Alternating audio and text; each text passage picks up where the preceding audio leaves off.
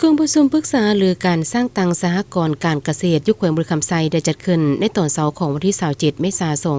2026อยู่ศูนย์ทากุโคนเมืองปักสันภายใต้การเป็นประธานร่วมของทานบุญเพ็งจันทวงศ์สุขห้องหัวหน้าแผนกกสิกรรมและสิ่งแวดล้อมแขวงทานใส่คำวงคำทองที่ปรึกษาสภาการค้าและอุตสาหกรรมแขวงบุรีคำไซมีผู้ประกอบการธุรกิจผลิตซื้อขายยางพารามันตุนภายในแขวงเข้าร่วมท่านอนงศักดิ์พระจอมพลห้องประธานสหกรณ์พันเพชรธุรกิจกสิกรรมบริษัทAP พัฒนากสิกรรม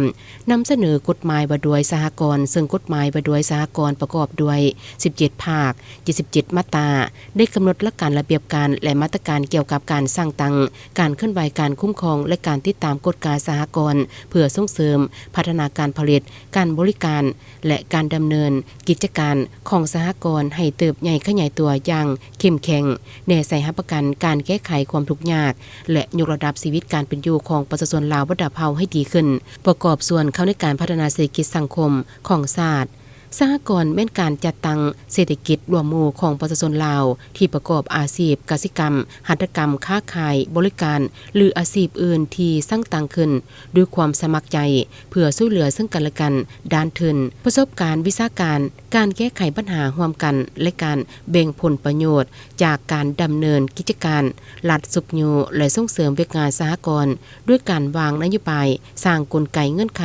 และอำนวยความสะดวกให้แก่สหกรณ์มีการเติบใหญ่ขยายตัวเข้มแข็งตามทิศสีเขียวและยืนยงสร้างรายรับและยกระดับชีวิตการเป็นอยู่ของประชาชนลาวบรรดาเผ่าให้ดีขึ้น